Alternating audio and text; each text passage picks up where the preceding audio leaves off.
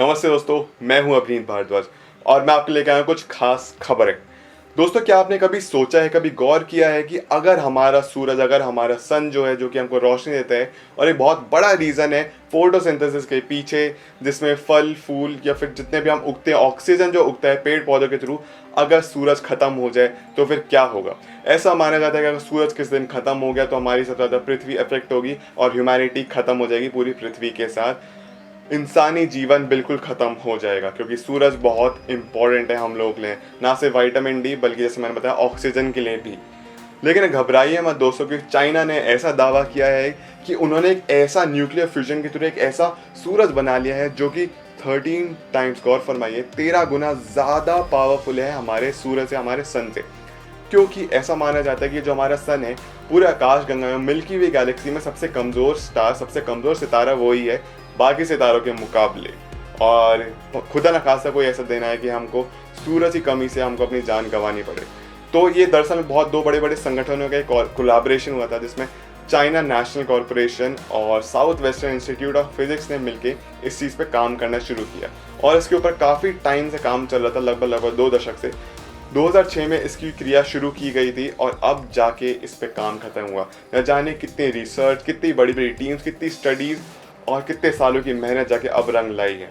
कहा जाता है कि इस साल के एंड तक ये शुरू हो जाएगा और जितनी भी जगहें हैं जहाँ पे बैड वेदर होता है, जैसे कि लंदन हो गया, एरिज़ोना हो गया अमेरिका में, जहाँ पे सूरज की बहुत ज़्यादा कमी है, जब बारिश होती रहती है और ज़मीन उपजाऊ नहीं है, अब वहाँ पे जाके काफ़ी ज़्यादा हेल्प हो सकती है। दुआन ज़ुरू, जो कि एक बहुत बड़े चाइना के साइंटिस्ट हैं, उन्होंने बताया सबसे ज़्यादा डिफ़िकल्टी जो उन्होंने फेस करी वो थी एक गर्म प्लाज्मा को मेंटेन और कंटेन करके रखना, क्योंकि उसमें ना सिर्फ जान का खतरा बल्कि पूरी पृथ्वी का खतरा हो सकता है अगर वो फैल जाए तो, या फिर अगर बाहर निकल जाए तो सबसे ज़्यादा जो पहला स्टेप था उनका यही था कि गरम प्लाज्मा को कैसे वो स्टेबलाइज करके रखें, क्योंकि सूरज की एनर्जी इतनी ज़्यादा है कि वो सब कुछ निगल जाएगा। ऐसा माना जाता है कि जब पृथ्वी ख़त्म होगी, जितना भी हमारा वायुमंडल है, जैसा सोलर सिस्टम है, वो इस तरीके से ख़त्म होगा कि हमारा सूरज बन जाएगा रेड सन और वो सब कुछ एब्जॉर्ब कर लेगा अपने अंदर और वो भी एक ब्लैक होल का हिस्सा बन जाएगा। तो यही दिक्कत हो रही थी साइंटिस्ट को कि उसको स्टेबलाइज कैसे किया जाए कि सब कुछ उसके अंदर एब्जॉर्ब ना हो जाए, जिसकी वजह से ह्यूमैनिटी के ऊपर खतरा आ जाए। लेकिन अब वो सब खत्म हो गया, आर्टिफिशियल सूरज बन चुका है और इस साल की हो सकता है प्रोडक्शन में शुरू हो जाए। तो दोस्तों, ये एक बहुत बड़ी खबर है और ऐसी खबरें मैं आपके लिए लेके आया हूँ, जिसमें एक है सबसे बड़ी खबर वैक्सीन के ऊपर, जो कि वैक्सीन प्रिपरेशन हो गई है शुरू और अगले 2-3 महीने में देखने को मिल सकती है। जानते हैं इसके बारे में आगे और बिना समय गवाए इस वीडियो को शुरू करते हैं।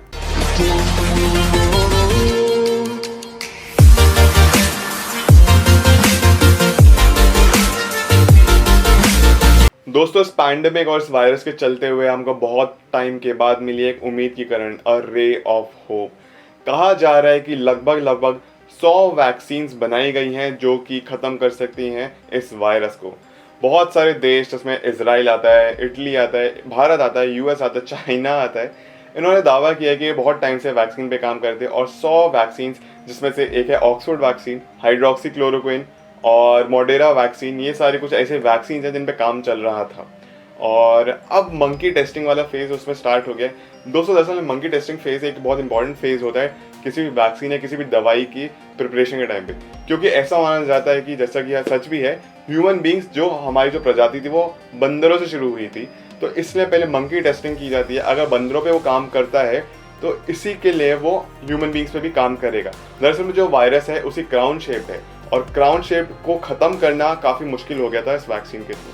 तो उन्होंने कुछ एक ऐसी वैक्सीन थ्रू बनाई है जो कि उसको क्राउन को, अगर जो क्राउन का जो होता है, जो उसके स्पाइक्स हैं, उसको ख़त्म कर देगा तो वो वायरस बह जाएगा, वो चिपकेगा नहीं। दरअसल क्राउन शेप की वजह से वो अलग अलग जाके चिपक जाता है हमारे शरीर में और वो मल्टीप्लाई हो के बीमार कर देता आदमी को। पर एक उम्मीद की किरण हमको काफ़ी टाइम के बाद देखने को मिली है और उम्मीद करते हैं कि इसका प्रोडक्शन काफ़ी जल्दी शुरू हो जाए, क्योंकि पहली बार ऐसा हुआ है कि एक वैक्सीन को प्रिपेयर करने में इतनी ज़्यादा मेहनत लगी है। वरना एक वैक्सीन को प्रिपेयर करने में कम से कम 2-3 साल लग जाते हैं और उसके प्रोडक्शन में और भी काफ़ी ज़्यादा टाइम लग जाता है, क्योंकि उसके बाद टेस्टिंग होती है, बहुत सारी चीज़ें होती हैं। पर जिस तरीके से पैंडेमिक फैल गया है, इसलिए बहुत सारे देशों ने इसको जल्दी से जल्दी ख़त्म करने की कोशिश करी है। 23 मई को हुई एक रेलवे की कॉन्फ्रेंस, जिसमें घोषित या फिर ऐलान किया गया कि कुछ 200 ट्रेनें जो कि स्पेशल ट्रेन होंगी वो चालू हो जाएंगी माइग्रेंट्स के लिए या फिर किसी के लिए भी जिनको ट्रैवल करना है 1 जून से। ऑब्वियसली इसमें सोशल डिस्टेंसिंग का पालन किया जाएगा और हमको एक दूसरे से चिपक के नहीं बैठना है, दूर दूर बैठना है। साफ सफाई का काम भी चालू हो गया है और सैनिटाइजेशन का भी काम चालू हो गया है। मेट्रो कब शुरू होगी ये कहना भी ज़रा मुश्किल है, लेकिन ये धीरे धीरे हम इसको अब लॉकडाउन में रिलैक्सेशन देते जा रहे हैं और एक्सेप्ट करने की ज़िंदगी अब आगे ऐसे ही होने वाली है। और उसी के साथ साथ 2 महीने के बाद खुला है Hyderabad airport, Hyderabad international airport, और वहाँ पे भी सोशल डिस्टेंसिंग काफ़ी पालन किया जा रहा है। दरअसल प्रिपरेशन काफ़ी टाइम से चल रही थी। अब जितने भी एरिया ऑरेंज जोन या ग्रीन जोन में आते हैं वहाँ पर रिलैक्सेशन तो है ही, दिक्कत हो जाती है जो रेड जोन में आते हैं। और एयरपोर्ट एक ऐसा एरिया है जहाँ पे वायरस सबसे ज़्यादा फैलता है और यही कारण है कि वायरस इंडिया में आया। जब वो स्टार्टिंग में परिवार इटली का परिवार जो कि इंडिया आया था और वहाँ पे ढंग से टेस्टिंग नहीं की गई एयरपोर्ट पे, और उसकी वजह से ये हाल हो गया। तो इस चीज़ का सरकार ने खास ध्यान रखा है कि अब जितने भी लोग होंगे उनको स्पेशल मास्क दिए गए, वो प्लास्टिक वाले मास्क जो होते हैं, क्योंकि वायरस आंखों के थ्रू भी जा सकता है। मास्क तो सिर्फ एक बहुत कुछ एक हिस्सा है हमको प्रोटेक्ट करने का, और इसलिए उसी के साथ साथ जो आप अगर फ्लाइट से फिर ट्रेन में अगर ट्रैवल कर रहे हैं बैठेंगे तो उसमें सोशल डिस्टेंसिंग इस तरीके से पालन किया जाएगा कि उसमें डिस्टेंस होगा कुछ 6 फीट या कुछ एक डिस्टेंस मेंटेन करके आपको बैठना होगा, एक दूसरे चिपक नहीं होगा। हाल फिलहाल में एक आर्टिकल छपा जिसमें लिखा गया था बांग्लादेश, सिक्किम और नेपाल अलग देश हैं और सिक्किम को भारत का हिस्सा नहीं माना गया। इस बात पे काफ़ी विवाद खड़ा हो गया, काफ़ी लोग लड़ने पहुंच गए। तो इस बात को लेके दिल्ली के सीएम अरविंद केजरीवाल जी ने ट्वीट किया कि ये विज्ञापन विड्रॉन किया जाए, वापस लिया जाए इसको, और इसका कोई मतलब नहीं है। एक बहुत बड़ी एक गलती हो गई थी, एक प्रिंटिंग मिस्टेक था जिसकी वजह से सिक्किम को अलग मान लिया गया, वरना सिक्किम हमेशा से और हमेशा रहेगा भारत का एक अहम हिस्सा।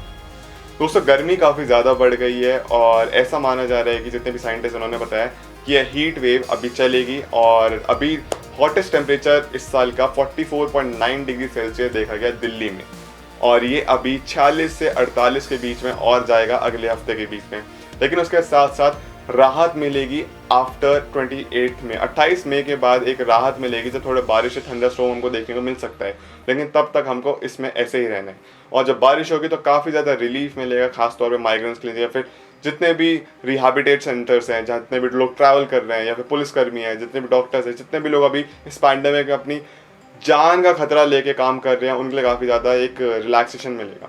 तो दोस्तों ये थी कुछ खास खबरें जो मैं आपके लिए लेके आया था। मैं उम्मीद करता हूँ कि आपको पसंद आई और ये काफ़ी इंपॉर्टेंट न्यूज़ थी। इनको ज़रूर प्लीज़ शेयर करिए अपने जान पहचान वालों के साथ, लाइक ज़रूर कर दीजिए वीडियो को, काफ़ी अच्छा लगता है। कमेंट में बताइए कैसी लगी और सब्सक्राइब करना मत भूलना चैनल को। मिलते हैं आपसे नेक्स्ट वीडियो में। थैंक यू और ख्याल रखिए अपना। Stay home, stay safe.